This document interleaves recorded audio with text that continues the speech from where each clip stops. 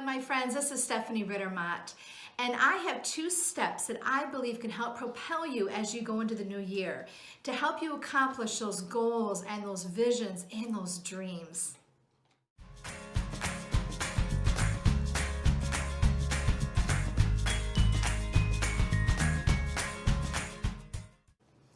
Hey friends, this is Stephanie, and I am so excited to share this message with you. It's one of my favorite things to do as I come into the new year, and it's called having a word or a power word to help align your goals with as you go into the new year. The other thing I'm going to share with you is called an anchor thought. An anchor thought's a powerful tool that you can use if you are challenged with limited belief systems, or maybe you are still working through some negative thought process. An anchor thought is going to help you with that. So having a word, what that looks like is you're going to pick a word, and you don't just have to do it very quickly. You can think about this. I purposely do this message just before we come to the new year. So you have some time to think about it. And maybe you're one that you don't even know what kind of goals to write for the year. You know, you get your pen and paper out and you're starting to write down things and you're like, I don't even know what I want to accomplish during the year. You have some things in mind, but you're kind of struggling with how are you going to make those things happen? So by having a word, what that does is kind of aligns all your goals up with that word. So my word for the last 2 years has been intentional. And so when I have that word in front of me, whether it's on my whiteboard, in my room with my goals, or on a sticky note, or other positive phrases that I use that reinforce that word intentional, my goals align with that word.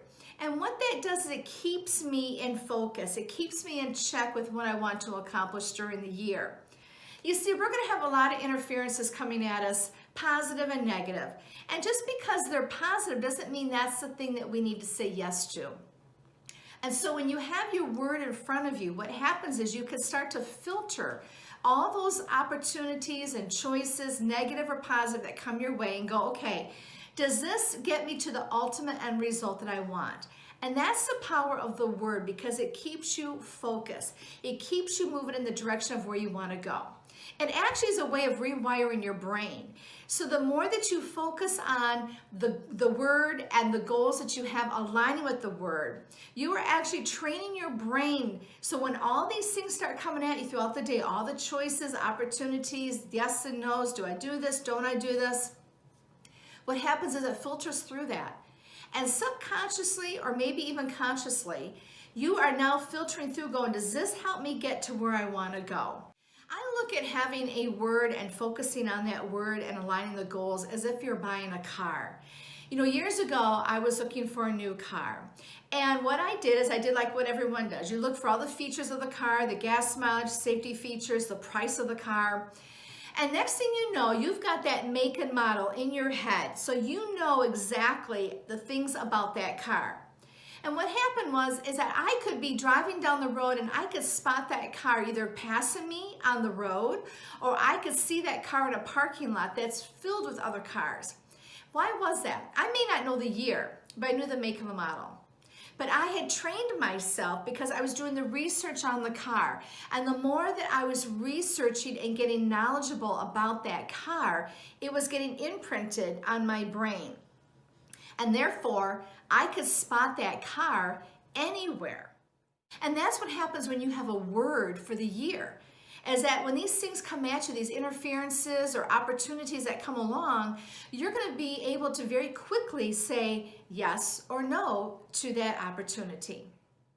So examples of a word could be whatever you want. It could be prosperity, intentional, diligent, peace. It could be yes, no, because you're going to learn to say yes to some things and no to some things. Maybe it's the word balance. Maybe it's even a phrase that you're going to have for the year, like everything's going to be okay. You may be wondering, I don't even know how to pick a word. Well, here's what you could do is you could ask yourself some questions. I'm a big believer in asking questions. So you might want to say and ask yourself, well, what do I want the year to look like? What do I want it to feel like? You might ask yourself, what do I want to accomplish personally or professionally? And that's another way to find the word for the year. The last thing I want to share with you is called environmental triggers. So the authors, Dan and Chip Heath, they're brothers. they talked about environmental triggers. And what that is if, let's just say, you want to lose weight and you want to start working out every single day. Well, what you would do is lay out your workout clothes in the morning, because that's an environmental trigger to tell you, put the clothes on and start working out. Let's say you want to eat better food. You want to have better food in your pantry and in your refrigerator. Well, an environmental trigger would be to do just that. Put those items in the refrigerator and in your pantry so that every time you open up the door or go in to look to see what's to eat, you're going to see the healthy choices. So environmental triggers are a way to trick yourself into actually accomplishing your goals. So the second step in this two-step process that I wanted to share with you is called anchor thoughts. So let's just say that you have, your goals written down, you have your word, but there's just doubt that's hanging out there. A limited belief system that just says, you know what, you can't really accomplish those goals. You don't have the money, you're not educated, you're not smart enough, you don't know the right people. And what an anchor thought does is just that. It anchors you to stay focused. So have a thought already in place that's going to override any negativity that tries to come through to stop you from moving forward. So when you have an anchor thought that just says, I'm not educated enough for this, you can have a thought, write it down, or maybe you can find one of those affirmation cards and have it in place that will reinforce an anchor thought of, hey, I'm in the right place at the right time. I'm the perfect person to do this job.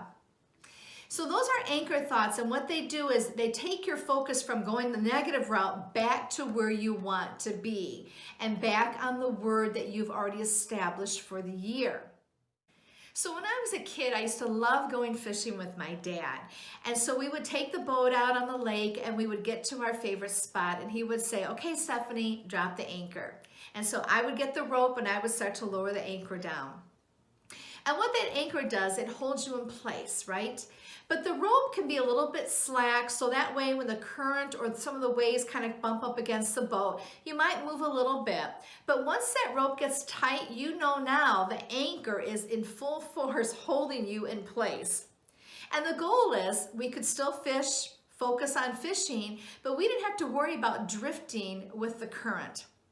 And that's what an anchor thought does, my friend, is that it kind of takes that negative thought, brings you back to focus, and holds you in place, holds you accountable to what you want to accomplish. So, my friends, those are the two steps, a word and an anchor thought. So until next time, my friends, continue to live that courageous life, stay strong and be kind, and take care. Hey my friends, I hope you found this video encouraging and helpful for everyday life. For more videos like this, hit the subscribe button below. Also, don't forget to follow me on my other social media platforms.